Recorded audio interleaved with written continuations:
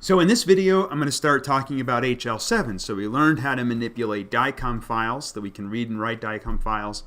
And now we're going to talk about HL7, which is the other big thing that we do with Ultra Workflow. We work a lot with HL7 files.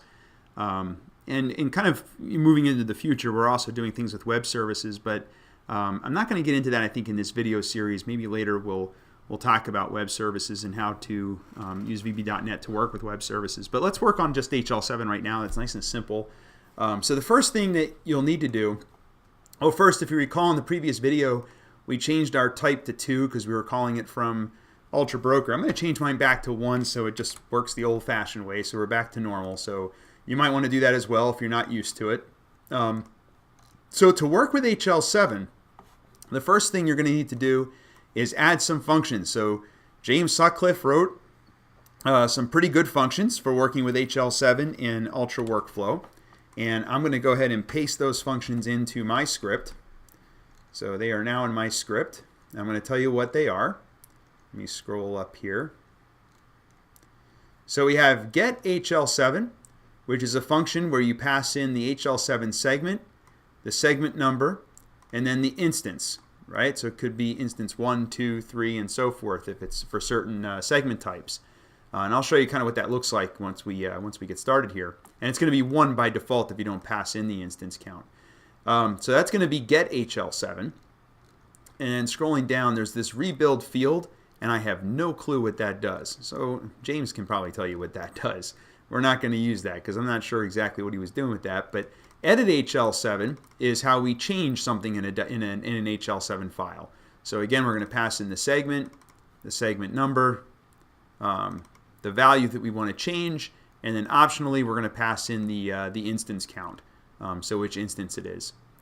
And then edit all HL7 segments is going to do the same thing, but it's going to edit all of the segments, not just the one with the instance count that you pass in. So if you want to edit all of them, you can use edit all HL7 segments.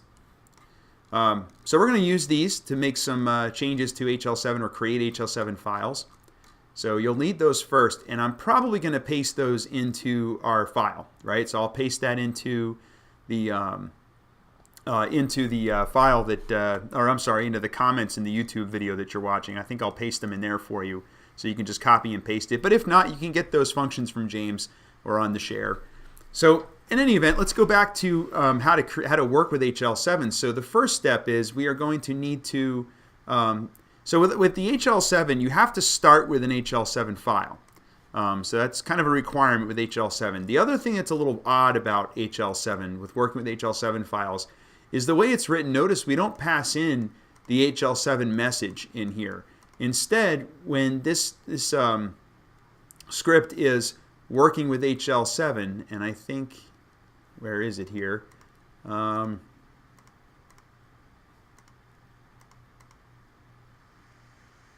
Yeah, so we're going to pass in the segment. We're going to pass in the segment number, possibly the instance count.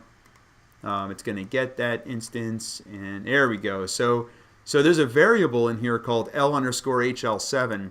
So you have to have that variable has to be declared, and it has to be populated with an HL7 message outside the scope of this script, right? And they all do that, right? So as I go through, they all use L_HL7, and none of them, this is being passed in. It just has to exist. So that has to be a global, right? So it has to be a global variable. So I'm going to go all the way up to the top, and I'm going to declare let's see, we're going to do private L_HL7. Oops, sorry, I have to do dim.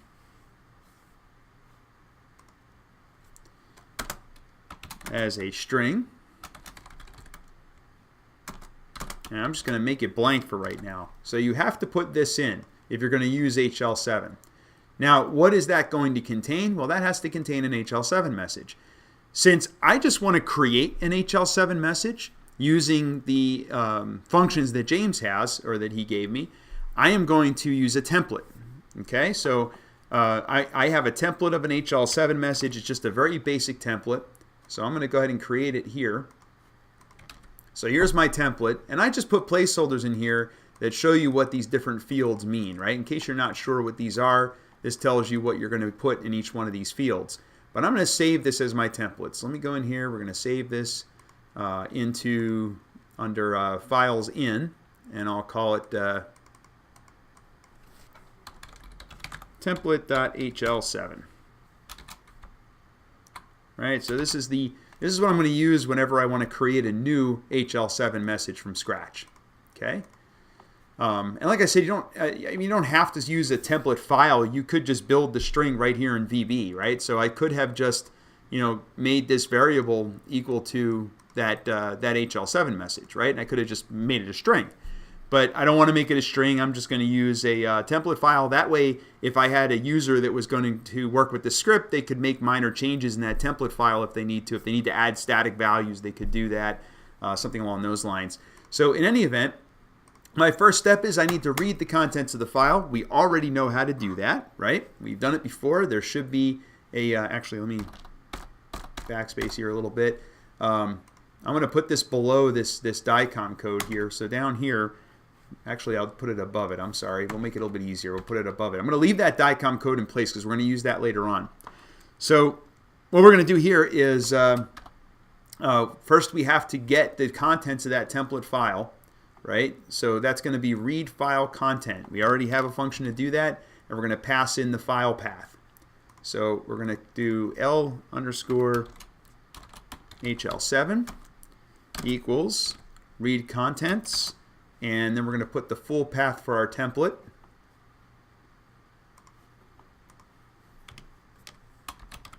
So we're going to read in that template file, and then it's going to be we have to pass in vlog, right? Because I had that in that script so we could do some logging.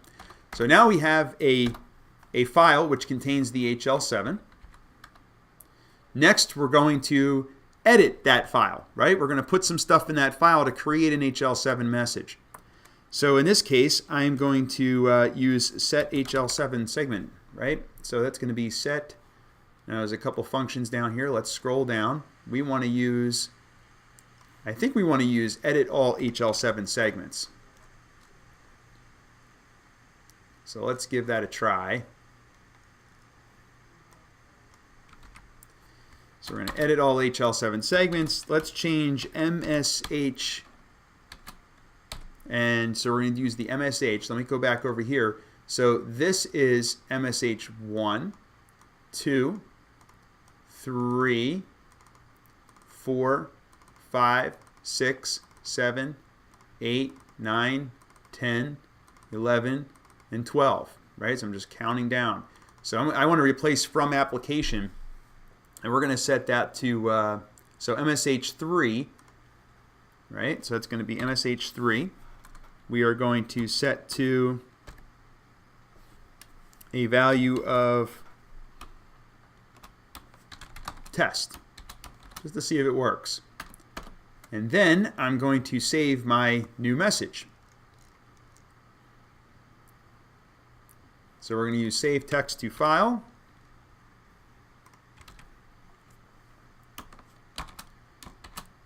And my path is going to be the same one as we have here, but we're going to use the output path. Excuse me.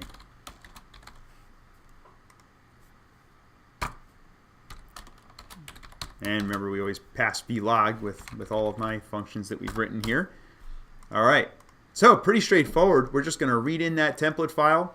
We're going to set MSH3 to test, and then we're going to save it and make sure it worked. All right, so pretty straightforward. So let's give this a try. So I'm going to start the service. We're going to come over here and take a look at our logs just to see when it runs. Now, I didn't actually put any logging in here, right? So it's actually not going to log anything other than what we put previously. And it looks like we probably have a compile error. So let's take a look. We do have a compile error on line 260, 261, 260, 284. So let's take a look at those. Let's see.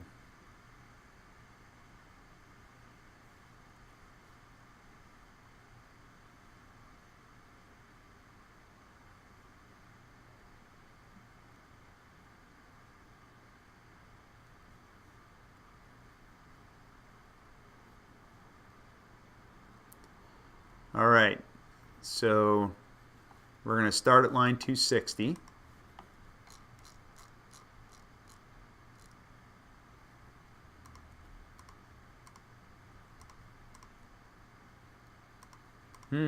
Okay. Which function is this? This is going to be the rebuild field function, which I'm not really even sure what that function does.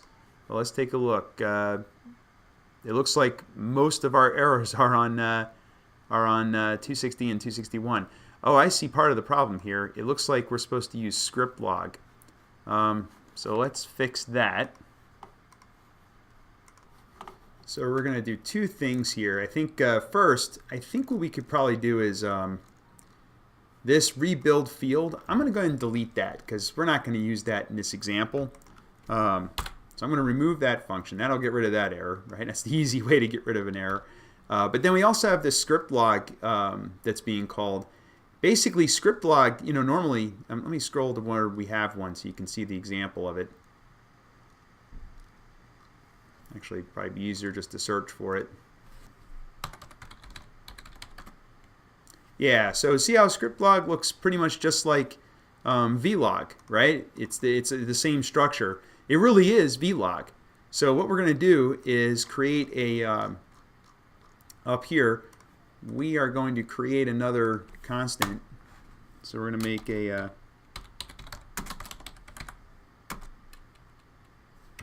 script log as object.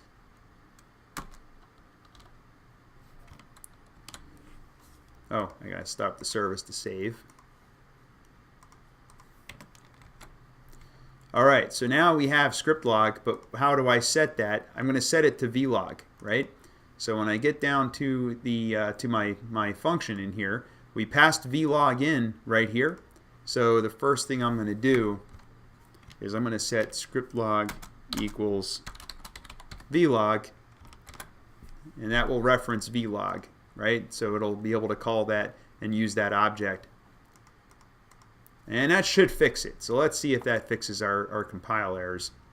So let's go ahead and start this back up. I'm going to come back over here and hope that it starts outputting some log entries.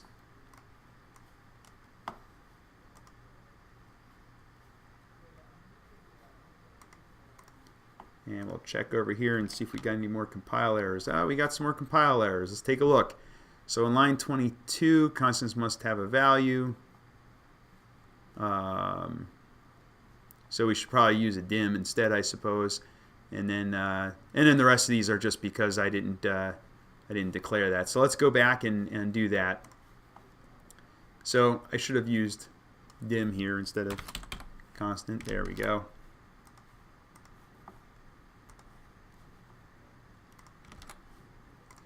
And we'll start our service again. Back over here. See if we get any errors. Still waiting for the service to start. There we go. Service is running.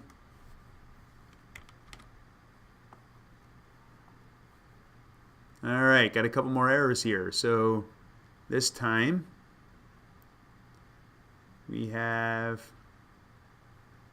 just one. So line 32, it's this last one right here. Line 32, it says argument must be specified for parameter edit value in public function edit all HL7 segments. So it looks like I've got, let's go back. So I have my segment, I have my my component number, I have my value. So what am I missing there? So let's scroll down and see what's missing.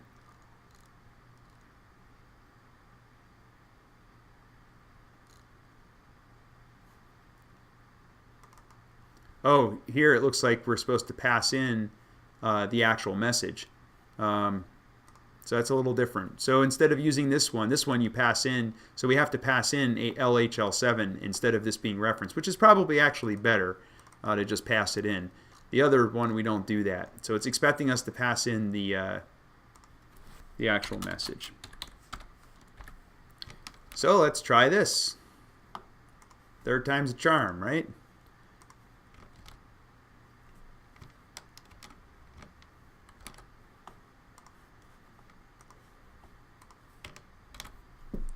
And we'll wait and see if we get any errors here.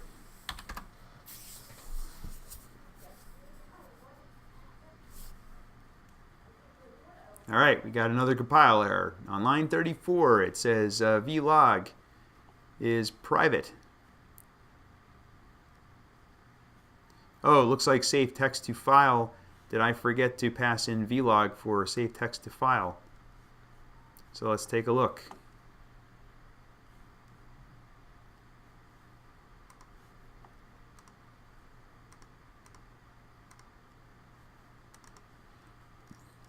So save text to file. Oh, file contents and the path name. Whoops.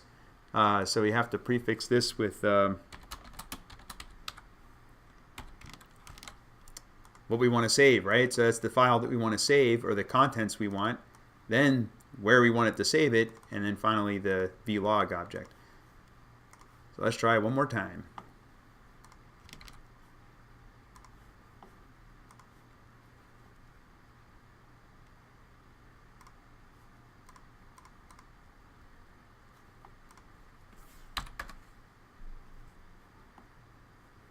There we go. All right, so now if we look at file out, there's our template. And from looking here, it looks like it did not update it, right? So it's supposed to update it to test, and I don't see it here. So I'm going to try the other I'm going to try the other function, right? There was two functions in there that we could have used. One was the edit all HL7 segments, but I'm going to try edit HL7. And here we don't pass HL7.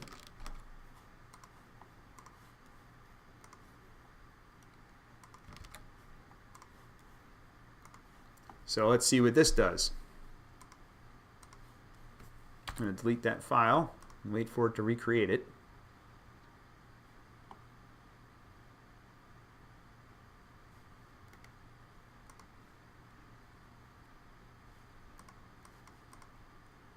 And that did not work.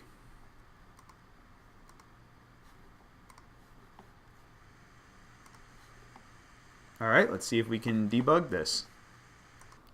So sometimes when you're writing a script, you stare at your script and you don't realize what you did wrong until you ask James.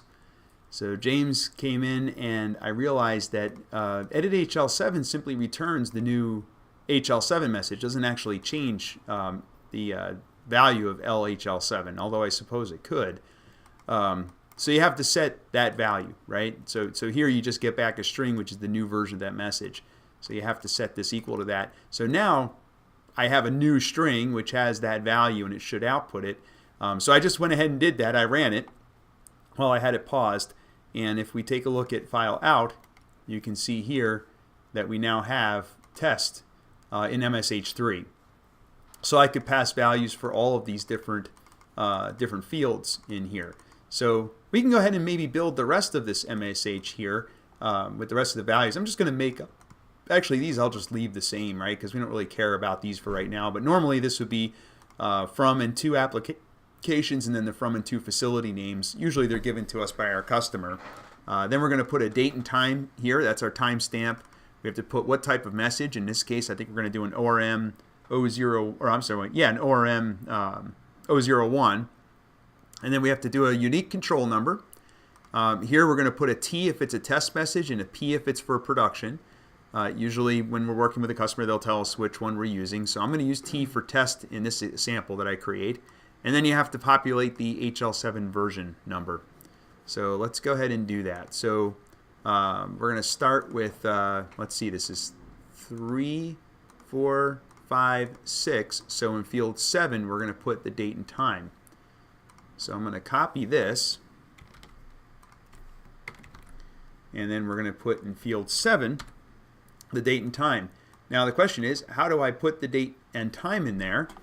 Well, in one of our earlier scripts, if you recall, we used a timestamp, right? So we're going to use the same code, right? So I'm going to copy and paste it from the earlier version of our script. So that'll be our date and time stamp down to the number of minutes. Or I'm sorry, down to the number of, down to the number of minutes. We probably want to add milliseconds in here, I think. So I think it's 3 n's to do hundreds of it, or milliseconds rather. So we'll do that. And then the next field we're going to do, so we have 7. So the next one after that's going to be field 9, which is the message type. So we're going to copy this. Now I could just statically put it in the template, but I want to demonstrate how to do this. So we're just going to do all the fields. So MSH9 is going to be, since this is an ORM message, we'll do ORM caret 001.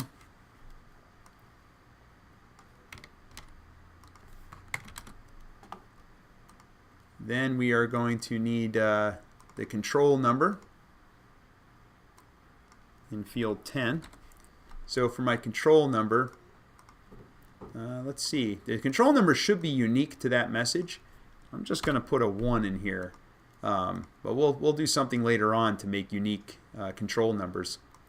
And then, let's see, what else do we want? We want T for test or P for prod. So we're going to make this a MSH11 is going to be a T for test because we're just making some test messages here. And finally, the HL7 version number. So we're going to make this HL7 version 2.3.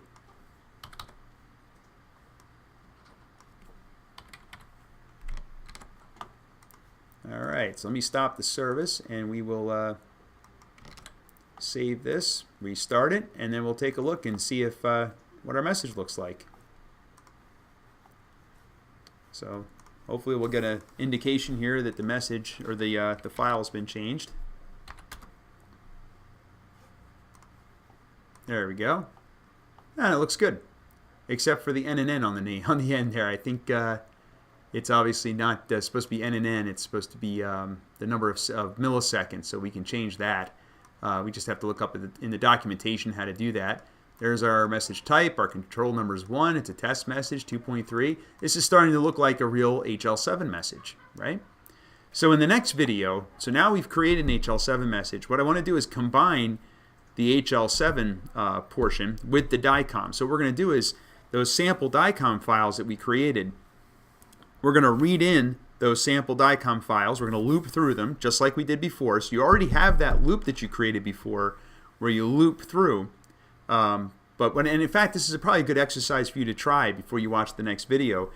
Try to combine these two scripts. So take what you've just done with this script. I'll come back over here. So take this code and we're going to combine it with this code. So we're reading through each of these DICOM files. Instead of just editing this DICOM file, we're going to get DICOM values and then we're going to set the HL7 message values. So if we look at our HL7 template, we're going to set the patient ID here and here. Maybe we'll set this one to blank because we don't have a patient ID list. We're going to populate the name, the date of birth, the gender, the referring physician name. This control should probably just be SC for scheduled. The status would probably be something like IP for in progress or CA for canceled. You can make up one of those. The placer and the filler is usually just the accession number, right? Same down here, the accession number. The procedure description would go here. Then you have a study date. Okay, so a study date, and then finally the modality, an OBR 24. So, and you just count, right? So this is field 1, this is 2, this is 3, 4, 5, 7, 8, and so forth. This is field 8, this is field 1, 2, 3, and 5. This is 2 and 3, 4. I think that's 7. I forget what that one is. That one is 24. So you just put the segment number, or the segment name rather, the segment number, right? The line number, and then the component, and you just count those and use those arguments that I showed you. So once you finish this, you should, as you loop through these DICOM files, you're extracting all that information, and then you're creating these new HL7 messages, and then you're going to output that HL7 message. And instead of just calling it template.hl7, you should probably call it the name of the DICOM file, right? So we can just use the DICOM file name or something like that to output that message. Okay, so give that a try. and then I'll walk you through a solution after you give that a try. We'll do it together.